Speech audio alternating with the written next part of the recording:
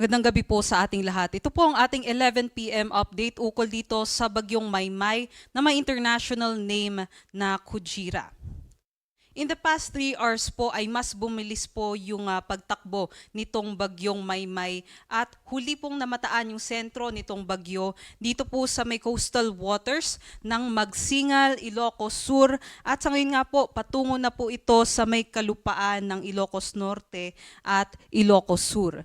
Tropical storm category pa rin po ito na may taglay na hangin na aabot sa 75 kilometers per hour at pagbugso na aabot sa 90 kilometers per hour. Sa kasalukuyan, kumikilos nga po ito pa silangan sa bilis na 20 kilometers per hour. At sa ngayon nga po, itong bagyong si Maymay ay nakakaapekto pa rin sa malaking bahagi ng northern and central Luzon. Inaasahan din po natin na magpapatuloy pa rin po yung epekto nito hanggang bukas. Samantala, yung ating habagat naman po o yung southwest monsoon ay nakakaapekto naman dito sa may southern Luzon, kabilang na ang Metro Manila, Calabarzon, some parts din po ng Mimaropa, maging sa may Antique, Guimaras at sa Iloilo. So expect po natin, malaking bahagi po ng Luzon, makakaranas ng makulimlim na panahon, mga kalat-kalat na mga pag-ulan, pagkulog at pagkidlat, maging dito din po sa kanlurang bahagi ng Visayas. But other parts naman po ng ating bansa, kung mapapansin natin, wala masyadong mga kaulapan, ay sila po'y makakaranas ng generally fair weather conditions besides dun sa mga occasional na mga thunderstorm activities o yung mga panandaliang buhos ng ulan. Kung mapapansin din po natin sa ating latest satellite imagery, meron din po tayong bagyo na nasa labas pa ng ating area of responsibility, itong Typhoon Dolphin, at napakalayo pa naman po nito sa ating bansa. Mahigit 1,500 kilometers east-northeast ng extreme northern Luzon at typhoon category pa rin po ito. May taglay na hangin na abot sa 150 kilometers per hour at pagbugso na abot sa 165 kilometers per hour. Sa kasalukuyan nga po nakikita natin ay maggigilid lamang po ito sa ating Philippine Area of Responsibility. Ngunit kung pumasok man po, may chance po kasi na pumasok pa rin po ito ng ating PER. So kung pumasok man ay tatawagin natin ito sa local name na Neneng. Sa ngayon nga po, ito yung ating latest forecast track and intensity kung saan makikita po natin na itong bagyong Maymay ay patuloy po na generally yung galaw niya patungo sa silangan kaya't maaari pong maglandfall itong bagyong Maymay ngayong gabi o bukas po ng madaling araw dito po sa may Ilocos Norte o Ilocos Sur. At pag landfall po nito ay maaaring humina pa bilang isang tropical depression bukas dahil nga sa interaction nito dito sa mga kalupaan dito po sa northern and central Luzon. So tatawirin po ni bagyong Maymay ang northern and central Luzon, so rugged po yung terrain dyan, at posible po by tomorrow afternoon or evening ay mas mag-downgrade pa po ito bilang isang low pressure area na lamang, at pagsapit naman po ng Thursday afternoon or evening din ay maaaring nasa may coastal waters na po ito ng Cagayan o Isabela.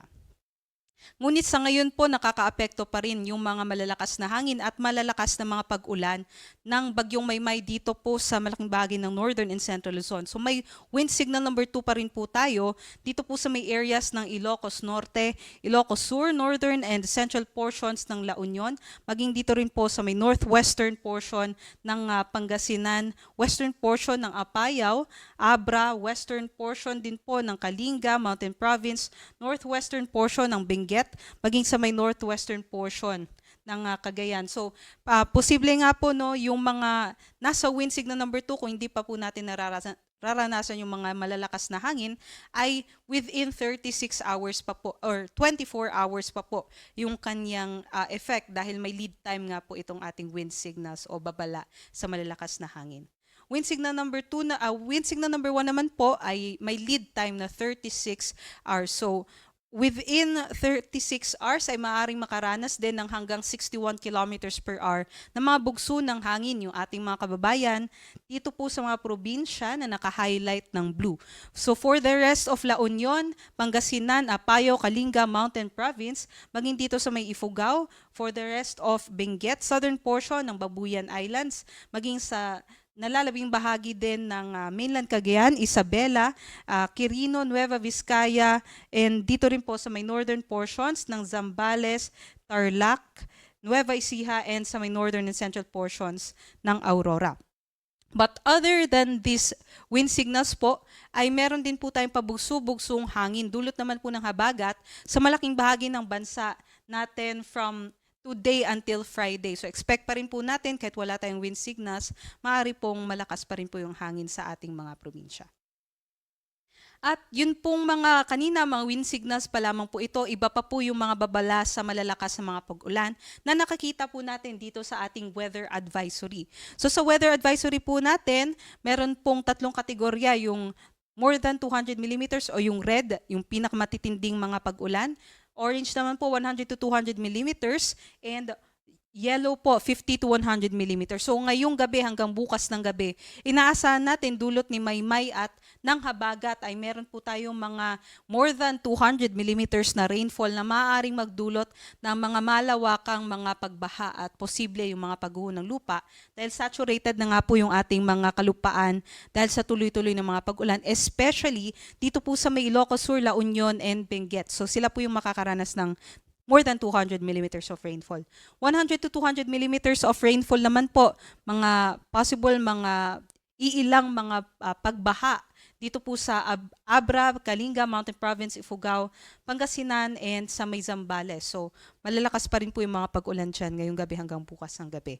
And up to 100 millimeters naman po ng mga pag-ulan, maaaring makaranas ng mga localized floodings and possible din po yung mga landslides. So dito naman po yan sa Nueva Vizcaya, Nueva Ecija, Tarlac, Pampanga, Bulacan, Rizal, Bataan, Metro Manila, Cavite, Laguna, Batangas, and Oriental Mindoro. So within the next 24 hours po ito.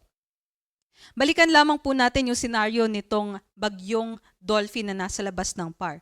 Although hindi po ito magla-landfall, nakikita po natin yung isang pinaka-epekto po nitong bagyong Dolphin sa ating bansa ay paiiralin nito o paiigtingin yung ating habagat, especially po starting bukas kung maging low pressure area na lamang yung bagyong Maymay, ay yung bagyong Dolphin na, yung hihila sa habagat, dito po sa may western sections ng Visayas and also dito po sa may malaking bahagi ng Luzon. So expect natin tuloy-tuloy po yung ating mga pag-ulan habang papalapit din po ito or habang kumikilos pa kanluran itong Typhoon Dolphin. So mas lalakas din po yung ating habagat until the weekend. So meron pa rin po tayong nakataas na weather advisory for tomorrow evening to Friday evening. Dito po sa may areas, pinakamataas po 100 to 200 millimeters dahil sa habagat sa Occidental Mindoro, and then 50 to 100 millimeters of rainfall naman po tayo sa Antique, Cavite, Batangas, Bataan, Zambales, Pangasinan, Benguet, La Union, and Ilocos Sur. Pagsapit naman po ng Friday evening to Saturday evening, nakikita natin mas lalakas po yung ating habagat. So mas rarami ulit yung mga lugar na makakaranas ng mga malalakas na mga pag-ulan, 100 to 200 millimeters po, Occidental Mindoro, Bataan, Zambales, Benguet, and La Union. Now take note po natin na matagal na po na inuulan yung mga kababayan natin dyan. So yung ating mga kalupaan po ay possible na saturated na, so doble ingat po sa mga pagbaha and pagguho ng lupa. And 50 to 100 millimeters of rainfall naman po sa Ilocos Norte, Abra, Ilocos Sur, maging sa may Pangasinan, Pampanga, Cavite, and sa may Batangas. Para naman po sa kalagayan ng ating karagatan, may nakataas din po tayo na gale warning dito sa western coast ng Ilocos Norte, Ilocos Sur, La Union, and sa may Pangasinan. So bawal pong pumalaot yung ating mga kababayan dahil sa napakataas na mga pag-alon. Yan lamang po ang latest mula dito sa Pag-asa Weather Forecasting Center. Next update po natin dito kay Bagyong Maymay ay mamayang 2:00 ng umaga. Magandang gabi po sa ating lahat. Ito po si Lian Loreto.